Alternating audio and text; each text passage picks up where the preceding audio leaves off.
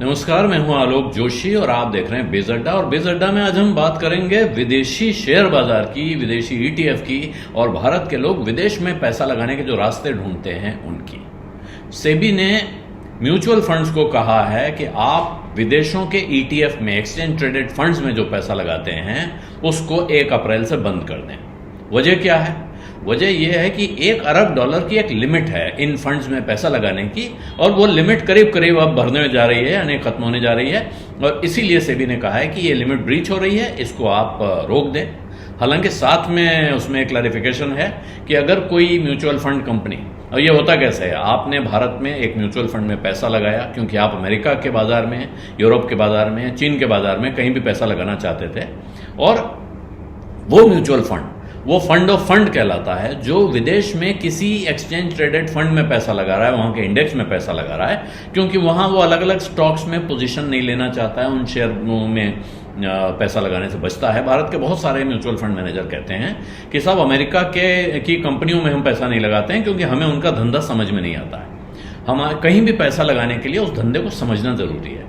हमारे आपके लिए शायद कम होगा, लेकिन किसी म्यूचुअल फंड के एसेट मैनेजर के लिए जो दूसरों का पैसा मैनेज कर रहे हैं, बहुत बड़ी मात्रा में मैनेज कर रहे हैं, उनके लिए जरूरी है कि वो उस पैसे को जहां लगा रहे हैं उस कारोबार को ठीक से समझते हो। इसलिए बहुत से लोग उसमें पैसा लगाने से कतराते हैं। लेकिन अब रास्ता निकालें। अगर रोज आपके ग्राहक कह रहे हैं भाई विदेश में बहुत पैसा बन रहा है, हमारा पैसा वहां लगना चाहिए, मैं अमेरिका में पैसा लगाना चाहता हूं, मैं यूरोप में लगाना चाहता हूं, तो उसका तरीका उन्होंने निकाला कि वहां के इंडेक्स ट्रेडेड फंड, जैसे भारत के इंडेक्स ट्रेडेड फंड है, इसी तरह index based exchange traded fund, तो वहां के एक्सचेंज ट्रेडेड फंड में हम पैसा लगा देंगे, उससे जो रिटर्न आएगा यहां अपने फंड में, उसके हिसाब से हम उसका एनएवी बनाते रहेंगे।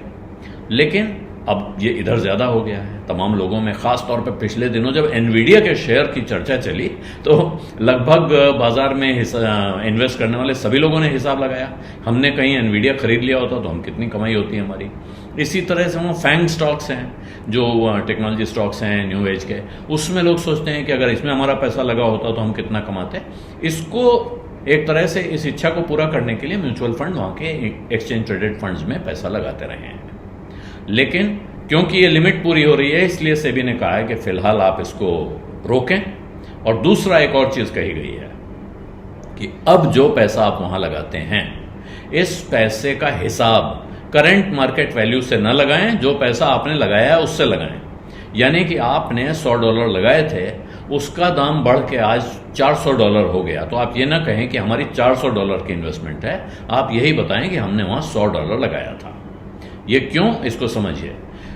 कुल मिला के विदेशों में म्यूचुअल फंड्स की तरफ से पैसा लगाने पर एक लिमिट थी $7 अरब की, और ये $7 अरब की लिमिट 2022 में कभी ब्रीच हो गई थी। तो उस वक्त रिजर्व बैंक ऑफ इंडिया ने कहा कि साहब अब आगे इस तरह का पैसा नहीं लग सकता है। लेकिन उसके बाद अगले साल बाजार में एक डिप आया, करेक्शन आया, और उसके बाद वो लिमिट फिर खुल गई, क्योंकि मार्केट वैल्यू के हिसाब से असेसमेंट हो रहा था। अब सेबी का कहना है कि जो पैसा लगा रहे हो उसका असेसमेंट करो, वहां बाजार ऊपर जाए नीचे जाए उस गणित से अपना हिसाब मत जोड़ो। तो आज की तारीख में जो एक्सचेंज ट्रेडेड फंड्स हैं, खासतौर पर अगर आपका इन्वेस्टमेंट है, आप देखिए जिस फंड में आपने पैसा लगाया हुआ विदेश में कमाई के चक्कर में, क्या वो एक्सचेंज ट्रेडेड फंड है? और अगर एक्सचेंज ट्रेडेड फंड में ये आपका फंड वहां एक्सचेंज ट्रेडेड फंड में पैसा लगाता है, क्या वो फंड ऑफ फंड है? तो ऐसे में उसके लिए अब वहां पैसा लगाने का एवेन्यू कुछ समय के लिए तो पक्का बंद हो रहा है, आगे कितने समय बंद रहेगा कहना मुश्किल है। लेकिन कुछ फंड ऐसे हैं जो एक्सचेंज ट्रेडेड फंड में लगाने के बजाय सीधे विदेशी स्टॉक्स में पैसा लगाते हैं, और ये सफाई है सेबी की तरफ से कि जो लोग इन फंड्स के बाहर डायरेक्ट इन्वेस्टमेंट कर रहे हैं उन पे फिलहाल कोई रोक नहीं लगाई जा रही है। आज की तारीख में नहीं लगाई गई है, कल नहीं लगेगी नहीं कहा जा सकता है, लेकिन आज नहीं है। तो अब आपका फंड अगर सीधे वहां इन्वेस्ट कर रहा था तो वो रास्ता बंद नहीं हुआ है। दूसरा, कुछ लोग अब सीधे एक LRS रूट होता है, उससे आप विदेश में सीधे पैसा लगाते हैं, विदेशी कंपनियों के शेयर खरीदते हैं या वहां फंड में पैसा लगा रहे हैं। उस रूट पर भी कोई रोक या कोई रिस्ट्रिक्शन फिलहाल नहीं है। तो अगर विदेश में पैसा लगाने की सोच रहे हैं तो अपना रास्ता सावधानी से चुन लें, क्योंकि ये वाला रास्ता जो आसान रास्ता था फंड ऑफ फंड में पैसा लगाकर विदेशी बाजारों का मजा लेने का, वो रास्ता फिलहाल बंद है, कुछ समय के लिए बंद रहेगा।